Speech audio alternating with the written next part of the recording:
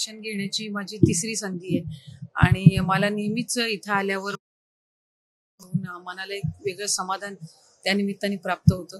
खरं तर या देवस्थानाचा एक वेगळा इतिहास आहे, या स्थळाचा एक वेगळा इतिहास आहे आणि जवळपास 700-750 वर्ष जुनं हे मंदिर आहे.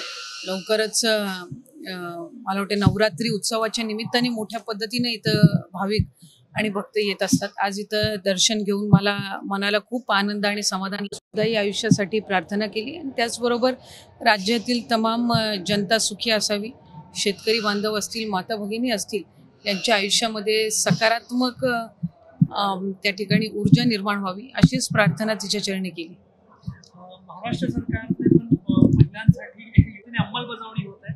कशा पद्धतीने पुढे ती मुख्यमंत्री लाडकी बहीण योजना आणखी विस्तारत जाणार आहे? काही नवीन नियोजन? मुख्यमंत्री माझी लाडकी बहीण या योजनेअंतर्गत तसं पाहायला गेलं तर आमच्याकडे आता जवळपास 2,40,00,000 पेक्षा अधिक अर्ज प्राप्त झाले आणि यातील जवळपास जुलै महिन्यातील आम्ही 1,07,00,000 महिलांना त्याचा लाभ हा ऑगस्ट महिन्यामध्ये दिला. काही दिवसांपूर्वीच इथं नागपूरमध्ये 31 ऑगस्टला कार्यक्रम झाला, त्याच्यात जवळपास 52 लाखापेक्षा अधिक महिलांना आम्ही या योजनेअंतर्गत लाभ वितरित केला आणि सप्टेंबर असेल आणि जे काही अर्ज आता प्राप्त झालेले आहेत आतापर्यंत याची छाननी सुरू आहे आणि ती झाल्यानंतर आम्हाला खात्री आहे की साधारणपणे 2 कोटीपेक्षा अधिक महिला या योजनेअंतर्गत 100% पात्र ठरतील. आमचा तर प्रयत्न आहे की जो अंदाज विभागाने लावलेला आहे 2.5 कोटी महिलांपर्यंत, माता भगिनींपर्यंत ही योजना पोहोचवण्याचा, यात आम्ही निश्चितपणाने सफल होऊ असं आम्हाला खात्री आहे. 31 ऑगस्ट पर्यंत मुदत होती ती पुन्हा वाढवण्यात आली आहे, सप्टेंबर अखेरपर्यंत करण्यात आली आहे. वारंवार खरं तर पहिल्या टप्प्यातली मुदत ही 1 जुलै ते 31 ऑगस्ट होती आणि या कालावधीमध्ये ज्या ज्या पात्र महिलांनी अर्ज भरलेला आहे त्यांना जुलै आणि ऑगस्ट महिन्याचा लाभ मिळणार आहे. योजनेची जी काही रजिस्ट्रेशन आहे ही सुरूच राहणार आहे. आता सप्टेंबर महिन्यामध्ये सुद्धा आम्हाला अर्ज प्राप्त होत आहेत आणि ज्या पात्र महिलांना आम्ही ऑगस्ट महिन्यामध्येच लाभ दिलेला आहे त्यांना आता सप्टेंबर महिन्याचा लाभ सुद्धा आम्ही लवकरच वितरित करणार आहोत आणि ज्यांनी सप्टेंबरमध्ये अर्ज भरलेले आहेत त्यांना सुद्धा लाभाच्या वितरणाची सुरुवात ही या महिन्यामध्ये होऊन जाईल. सप्टेंबर आणि ऑक्टोबरचा जो हप्ता आहे तो दिवाळीपूर्वी मिळेल का? कारण की ग्रामीण भागातल्या महिलांना याचा फायदा होईल. आमचा प्रयत्न आहे की अधिकाधिक ही योजना जी आहे ती रेग्युलराईज करण्याचा. 1 जुलै ते 31 जुलैपर्यंत जे आहेत त्याचा लाभ आम्ही ऑगस्ट महिन्यामध्ये वितरित केला. ऑगस्ट 1 ते ऑगस्ट 24 या कालावधीमध्ये जे आम्हाला अर्ज प्राप्त झाले, छाननी करून जे पात्र झाले तशा 52 लाख महिलांना आम्ही ऑगस्ट महिन्यामध्ये अर्ज त्या ठिकाणी लाभ वितरित केला.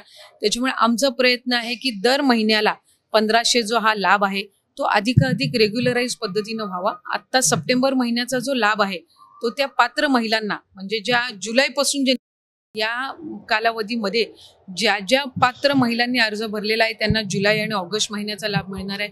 योजनेची जी काही रजिस्ट्रेशन आहे ही सुरूच राहणार आहे. आता सप्टेंबर महिन्यामध्ये सुद्धा आम्हाला अर्ज प्राप्त होत आहेत आणि ज्या पात्र महिलांना आम्ही ऑगस्ट महिन्यामध्येच लाभ दिलेला आहे त्यांना आता सप्टेंबर महिन्याचा लाभ सुद्धा आम्ही लवकरच वितरित करणार आहोत आणि ज्यांनी सप्टेंबरमध्ये अर्ज भरलेले आहेत त्यांना सुद्धा लाभाच्या वितरणाची सुरुवात ही या महिन्यामध्ये होऊन जाईल. सप्टेंबर आणि ऑक्टोबरचा जो हप्ता आहे तो दिवाळीपूर्वी मिळेल का? कारण की ग्रामीण भागातल्या महिलांना याचा फायदा होईल. आमचा प्रयत्न आहे की अधिकाधिक ही योजना जी आहे ती रेग्युलराईज करण्याचा. 1 जुलै ते 31 जुलैपर्यंत जे आहेत त्याचा लाभ आम्ही ऑगस्ट महिन्यामध्ये वितरित केला. ऑगस्ट 1 ते ऑगस्ट 24 या कालावधीमध्ये जे आम्हाला अर्ज प्राप्त झाले, छाननी करून जे पात्र झाले तशा 52 लाख महिलांना आम्ही ऑगस्ट महिन्यामध्ये अर्ज त्या ठिकाणी लाभ वितरित केला. त्याच्यामुळे आमचा प्रयत्न आहे की दर महिन्याला 1500 जो हा लाभ आहे तो अधिकाधिक रेग्युलराईज पद्धतीनं व्हावा. आत्ता सप्टेंबर महिन्याचा जो लाभ आहे तो त्या पात्र महिलांना म्हणजे ज्या जुलैपासून ज्यांनी अर्ज भरलेले आहेत त्यांना सप्टेंबर महिन्याचा लाभ जो आहे तो लवकरच वितरित करण्यात येईल. एकीकडे पवार गटाकडून टीका केली जाते की 1500 रुपये नाही तर महिलांची सुरक्षितता महत्वाची आहे. कॅबिनेट मंत्री राज्य सरकारच्या महिला आहात, कसं बघताय? सुरक्षता हा निश्चितपणाने एक महत्त्वपूर्ण विषय आहे. योजना एक भिन्न बाब असते आणि सुरक्षता वाढवण्याच्या दृष्टिकोनातून किंवा अधिकाधिक माता भगिनी राज्यातल्या सुरक्षित राहायला पाहिजेत ही सगळ्यांचीच भूमिका आहे. त्याच्यामध्ये कुठल्याही पक्षाचं किंवा कुठलंही राजकारण आणण्याचं कुठल्याच या बाबतीमध्ये काही कारण नाही.